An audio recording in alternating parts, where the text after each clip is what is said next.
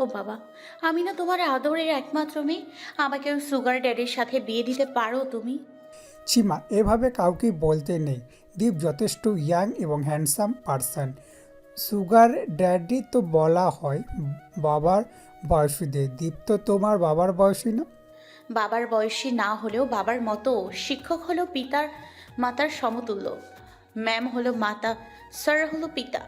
এদের বিয়ে করলে বলতে হবে নাউজুবিল্লাহ। মেয়ের কথাই হেসে দেন মিস্টার রবিন। দীপকে তোমার পছন্দ না কেন? কিভাবে পছন্দ হবে? আজকের দিন বাদ দিলে আর দুদিন পরেই বিয়ের অনুষ্ঠান। উনি কিনা আমাকে এখনো পড়াতে আসছে, আবার কলেজেও শাসন করে। এমন লোককে কে বিয়ে করতে চাইবে? তুমি যেমন বাঁদর এর মতো লাফালাফি করো তাতে ঠিক কাজ করে। রান্নাঘর থেকে আসতে আসতে বলে মিসেস নাজনীন। থাক না, মেয়েটাকে আর বকো না, কয়েকদিন পর তো বিয়ে। আপাতত কলেজে যাওয়া দরকার নেই। তুমি আর নীরব আদর দিয়ে বাদর বানিয়েছো, ঠিক আছে? কলেজে যেতে হবে না। কালকের দিনটুকু শুধু দ্বীপ এসে পড়িয়ে যাবে। এমনিতেও বিয়ের পর 2-3 দিন পড়াশোনা করবে না। নীরা খুশিতে নেচে উঠল। আপাতত কলেজে যাবে না, কি মজা তার। নীরা নাচতে নাচতে ঘরে এসে কেয়াকে কল দেয়। কেয়া কল রিসিভ করলে বলে, দোস্ত, কাল থেকে কলেজ যাব না, আপাতত কলেজ যেতে না করে দিয়েছে আম্মু। দোস্ত, তাহলে আমিও যাব না কলেজে। তুই না গেলে আমি কেন যাব? আচ্ছা তাহলে আয়, আমাদের বাসায় আয়, একসাথে মজা করব। কালকে না দোস্ত, কাল বিকালে একটু বাইরে যাব আমি। পরশু দিন থেকে থাকবো তোর সাথে। আচ্ছা ঠিক আছে, এমনিতেও কাল ওই খচ্চর পড়াতে আসবে আমাকে।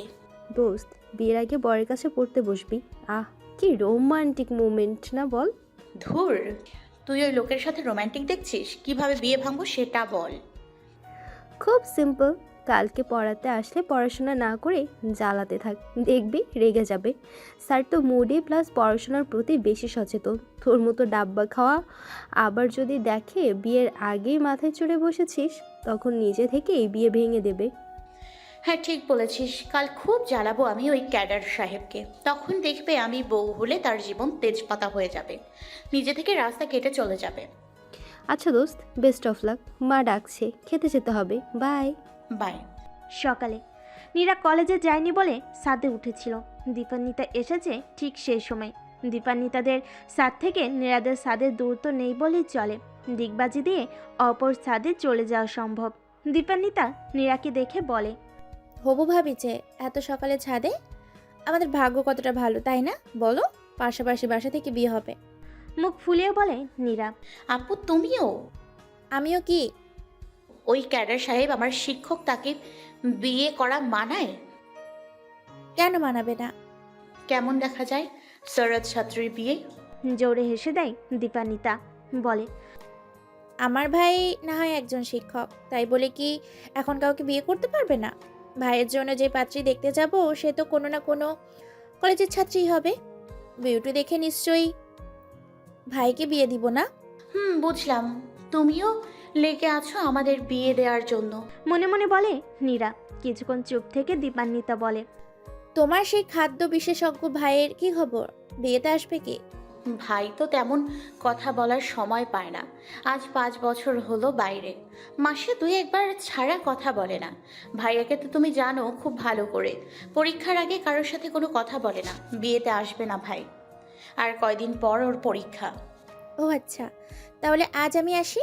রেডি থেকো, কাল সকালে আমরা শপিং করতে যাব। বলেই চলে গেল দীপান্বিতা। নীরব বুঝতে পেরেছে দীপান্বিতা কষ্ট পেয়েছে। নীরব ও দীপান্বিতা একে অপরকে ভালোবাসতো। নীরব জার্মান যাওয়ার পর খোঁজ নিয়েছিল দীপান্বিতার, কিন্তু 1 বছর পর থেকে আর কোনো খোঁজ খবর নেয় না। কেন এমন করছে নীরব, এটা নীরা জানে না। সন্ধ্যায় দীপ আসার আগে নীরা গান গায়। বিয়ের আগে জামাই আসবে আমায় পড়াইতে, আহা কি জীবন আমি পেলাম।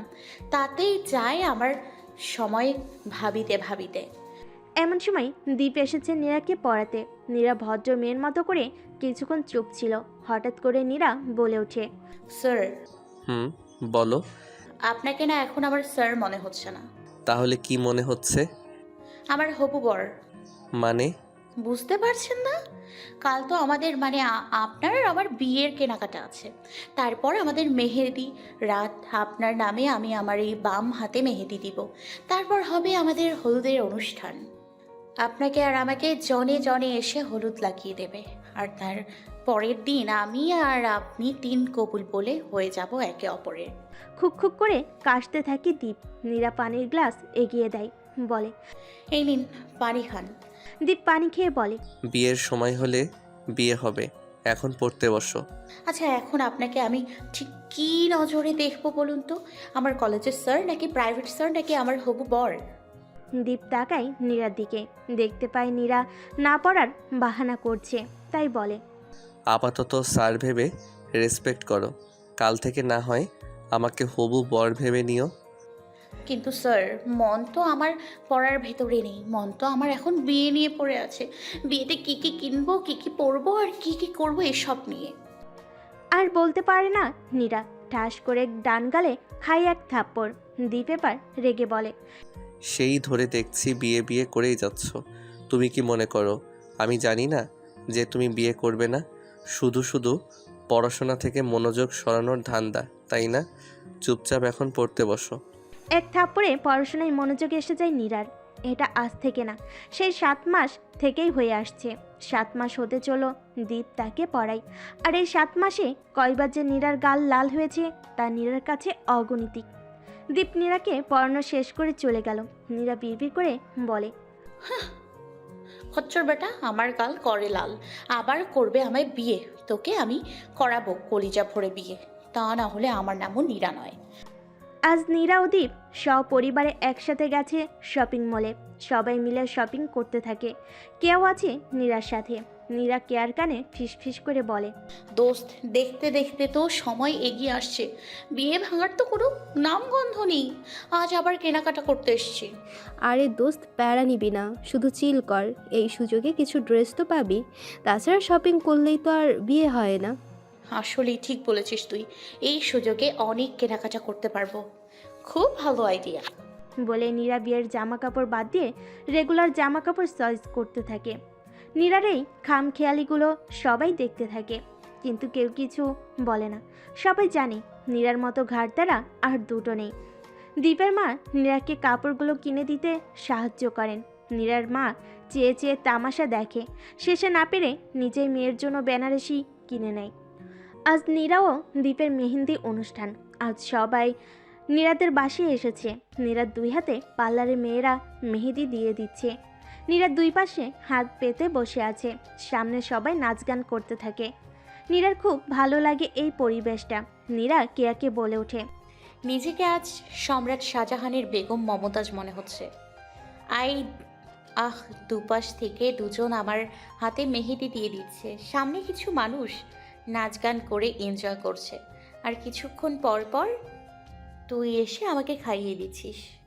তোর শাহজাহান কিন্তু আমাদের এই আদনান কবির দীপ স্যার।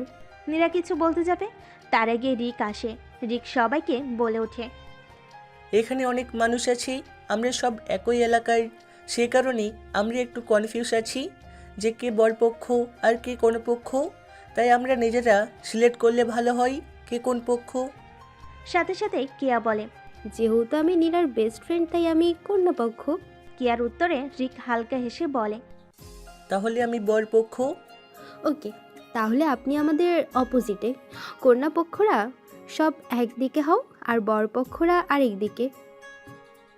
জো হুকুম বিয়ান সাহেব। বলেই পক্ষ ভাগাভাগি করা হয়। সবাই মিলে এক এক করে নাচ গান করতে থাকে। নীরার মেহেদি দেওয়া শেষ। পার্লারে মেয়েটা জিজ্ঞাসা করে, বরের নাম কি দিব? নীরা কিছু বলে না। কেয়া বলে ওঠে, বরের পুরো নাম আদনান কবির দীপ, আপনি দীপ লিখে দেন। নীরা চোখ বড় বড় করে তাকায় কেয়ার দিকে। কেয়া শুকনো ঢোকিলে বলে, দোস্ত, মেহেদি তো উঠে যাবে কয়েকদিন পর, 1 সপ্তাহের ব্যাপার তো। একবার একটু আন্টির দিকে তাকা। এখন যদি তুই নাম লিখতে বাধা দিস, আমি শিওর আন্টির হাতে মিষ্টির পাত্র আর থাকবে না। ওই মিষ্টির পাত্রে জায়গা আসবে বিছানার ঝাড়ার ঝাড়ু, আর তুই শাহজাহানের ওই তাজমহল না পেয়ে জায়গা পাবি ফুটপাত। তাছাড়া মেহেদি দিলেই তোর বিয়ে হয় না। নীরা তাকালো মিসেস নাজনীনের দিকে। মিসেস নাজনীন এদিক ওদিক সবাইকে মিষ্টি বিতরণ করছেন আর নীরার দিকে বারবার তাকাচ্ছেন। ভয়তে নীরা আর কিছু বলে না। নীরা না পেয়ে তার বাবার দিকে তাকায়। মিস্টার রবিন চোখের চশমা ঠিক করে অন্যদিকে ফিরে। এই দেখে নীরা বলে ওঠে, বউ পাগলা বাপ আমার। কথাটা কেউ না শুনলেও কেয়া শুনে ফেলে, কারণ কেয়া নীরার ডান পাশে গা ঘেঁষে বসেছিল। বাবার নামে এমন বাক্য শুনে হেসে দেয় কেয়া। কেয়া জানে মিস্টার রবিন বউ বলতে কতটা পাগল, আবার ভয়ও পান বউকে। কেয়ার হাসির দিকে এক দৃষ্টিতেই তাকিয়ে থাকে রিক। কেয়াকে হাত ইশারা করে দেখিয়ে বলে, কিলার হাসি। কেয়া লজ্জা পায় একটু। রিকের থেকে মুখ সরিয়ে নীরার দিকে তাকায়। রাতে নীরা তার হাতের দিকে তাকিয়ে থাকে। এই হাতে এখন ইংরেজিতে আছে লেখা দ্বীপ। সকালে সবার চিল্লাচিল্লির শব্দে ঘুম ভেঙে যায় নীরার। বিয়ে বাড়িতে কি আর ঘুম হয়? ঘুম থেকে উঠে একটা হামি তোলে নীরা। পাশে থাকা মিনিকে কোলে নিয়ে বলে, যার বিয়ে তার খোঁজ নেই, পাড়াপড়শির ঘুম নেই। ফ্রেশ হয়ে ড্রয়িং রুমে গেল নীরা। নীরা দেখল নীরার মা সোফায় বসে শাড়ির আঁচল দিয়ে চোখ মুছছেন। পাশে বসা রিকের মা সান্ত্বনা দিচ্ছেন। আহারে, এভাবে করলে কি আর মেয়ে বিদায় দেওয়া চায়? মেয়েকে তো একসময় বিদায় দিতেই হবে। তুমি নিজেকে শক্ত রাখো। নীরব নেই তো কি হয়েছে? আমার রিক তো আছে, ও পালন করবে নীরব ভাইয়ের জায়গা। নীরা বুঝলো তার বিয়ে দেওয়ার জন্য যেমন লেগে আছে, ঠিক তেমন কষ্ট পাচ্ছেন মিসেস নাজনীন। গায়ে হলুদের স্টেজ সাজানো হয়েছে। দুপুরে সবাই বিভিন্ন শ্রী সাজতে ব্যস্ত। রিকো কেয়া মিলে ফুল দিয়ে স্টেজের কাজ করছে। দীপান্বিতা শ্রী সাজাতে থাকে। দীপার মা মিসেস সাবিনা আলপনা আঁকাতে পারেন অনেক সুন্দর, তাই সেখানে দীপ ও নীরাকে হলুদের জন্য বসানো হবে। তার সামনে নিজ দায়িত্বে তিনি আলপনা আঁকেন। সন্ধ্যায় হলুদের আয়োজন শুরু করা হয়।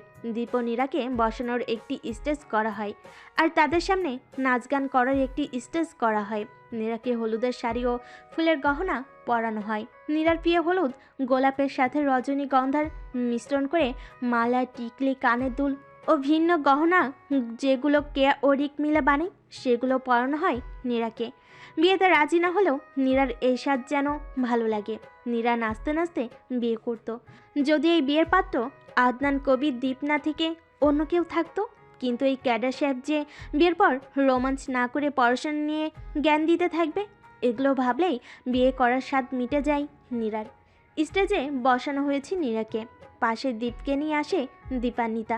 দীপের পরনে হলুদ পাঞ্জাবি ও কালো জিন্স, হাতে ফোল্ডার করা, চোখে চশমা, চুলগুলোতে জেল দিয়ে স্পাইক করা। নীরা আর চোখে তাকিয়ে যেন ক্রাশ খায়। ভালোভাবে যখন দীপের দিকে তাকালো, দেখতে পেল দীপ মুড নিয়ে বসে আছে। আর তাকালো না নীরা এই গোমরা মুখের দিকে। বিয়ে করতে এসে কিনা মুড দেখাচ্ছে। হলুদে সবাই এসে নীরা ও দীপের মুখে মিষ্টি দিয়ে যাচ্ছে। যেই আসছে সেই খালি মিষ্টি, পায়েস আর কেক খাইয়ে দিতে থাকে। টানা 1 ঘন্টা এমন চলার পর না পেরে নীরা বলে ওঠে, আরে আন্টি, আমাকে কি আপনার খাদক মনে হয়? সেই ধরে খালি মিষ্টি আইটেমগুলো খেয়েই যাচ্ছি। আমি এমনিতেই মিষ্টি মেয়ে। আমার আশেপাশে একজন তেতো লোক আছে, তাকে ভরে ভরে মিষ্টি খাওয়ান, যদি একটু মিষ্টি হাসি দিয়ে অনুষ্ঠান উপভোগ করে। সবাই হেসে দেয় নীরার কথাই। দীপ গলা খাকারি দিয়ে ওঠে। দীপান্বিতার কানে কানে মিসেস সাবিনা বলে, তোর ভাইয়ের জন্য এই মেয়েই উপযুক্ত। সারা জীবন আমাদেরকে মুখ দেখিয়ে চলতে দেখেছি, এখন থেকে দেখব কিভাবে মুখ থাকে ওর। পাশে দাঁড়ানো মিসেস নাজনীন শুনে ফেলেন কথাগুলো। সেও খুশি হয় তার মেয়েকে উপযুক্ত একটি পরিবারে বিয়ে দিতে পারছে বলে। কে এসে নীরা ও দীপকে হালকা হলুদ ছোঁয়ালো, তারপর হাঁটা দেয় স্টেজের দিকে নাচ করবে তাই। ঠিক তখনই চারপাশ থেকে লাইট বন্ধ হয়ে যায়। কেয়ার পিছন থেকে হঠাৎই বেজে ওঠে, এই যে বিয়ান সাপ। শুনতে পেয়ে কেয়া তাকায় পিছনে। দেখতে পাই রিক এসেছে ডিজের লোকজন নিয়ে। লাল আর হলুদের মিশ্রণে পাঞ্জাবি পরা রিক। কেয়া পরেছে হলুদ ও লালের সংমিশ্রণের একটি শাড়ি। রিক এসে কেয়ার হাত ধরে স্টেজে নিয়ে যায়। তারপর তারা নাচ করতে শুরু করে। বিয়ান সাপ, আপনার জন্য ঢাকা থেকে ডিজে আনছি গানে। নীরা এদের নাচ দেখে খুশিতে হাততালি দিতে থাকে। কিসের ক্যাডার সাহেব, সে তো ভুলে গেছে কার সাথে তার বিয়ে হচ্ছে। হলুদের সাজ, গা থেকে কাঁচা ফুলের গন্ধ, আবার সামনে প্রিয় মানুষগুলোর নাচ, এগুলো দেখে সেও যেন নাচতে শুরু করে। কেয়াও রিক এসে নীরাকে স্টেজে নিয়ে যায়। বিয়ের বউ নিজে নাচতে থাকে। সবাই যেন এতে আরও খুশি হয়। অভ্র এসে নীরার সাথে তাল মেলাতে থাকে। নাচ শেষ করে কিছু মানুষ গান গাইতে থাকে। সবার গান শেষে নীরা বলে, আমিও গান গাইতে চাই। নীরা যে ভাঙ্গা গলার স্বর, এটা ভেবেই মিসেস নাজনীনের মাথায় হাত। দীপান্বিতা নীরার হাতে মাইক দেয়। নীরা গাইতে থাকে, আমার মায়ের কথা শুই না, অল্প বয়সে করমু বিয়া। হাই আমার মায়ের কথা শুই না, অল্প বয়সে করমু বিয়া। ক্যাডা সাহেব হবে আমার চাইয়া, থাপ্পড় খাইতে থাকমু আমি গাল ভইরা। ক্যাডা সাহেব হবে আমার চাইয়া, থাপ্পড় খাইতে থাকমু আমি গাল ভইরা। কেউ তো বোঝে না আমার জ্বালা। আর গাইতে পারল না নীরা। মিসেস নাজনীন মাইক নিয়ে নিলেন। সবাই মিটমিট করে হাসতে থাকে। নীরা যে ঘাটতেরা এটা প্রতিবেশী সবাই জানে। মিস্টার রবিন খুক খুক করে কাশতে থাকেন। মিস্টার সমুদ্র গান হজম করতে না পেরে জায়গা ছেড়ে পালিয়ে যায়। মিসেস সাবিনা ও দীপান্বিতা দ্বীপের দিকে তাকিয়ে মিটমিটিয়ে হাসতে থাকে। তার ছেলেকে উচিত শিক্ষা দিয়েছে এই মেয়ে। অব্র সে তো এতক্ষণ নীরার ভাঙ্গা রেডিওর সাথে তাল মিলিয়ে নাচতে থাকে। গান বন্ধ হয়, বিরক্ত হয় অভ্র, তাই বলে, কি হলো মামি? তোমার নানু মাইক নিয়ে নিয়েছে। মুখ গোমরা করে বলে নীরা।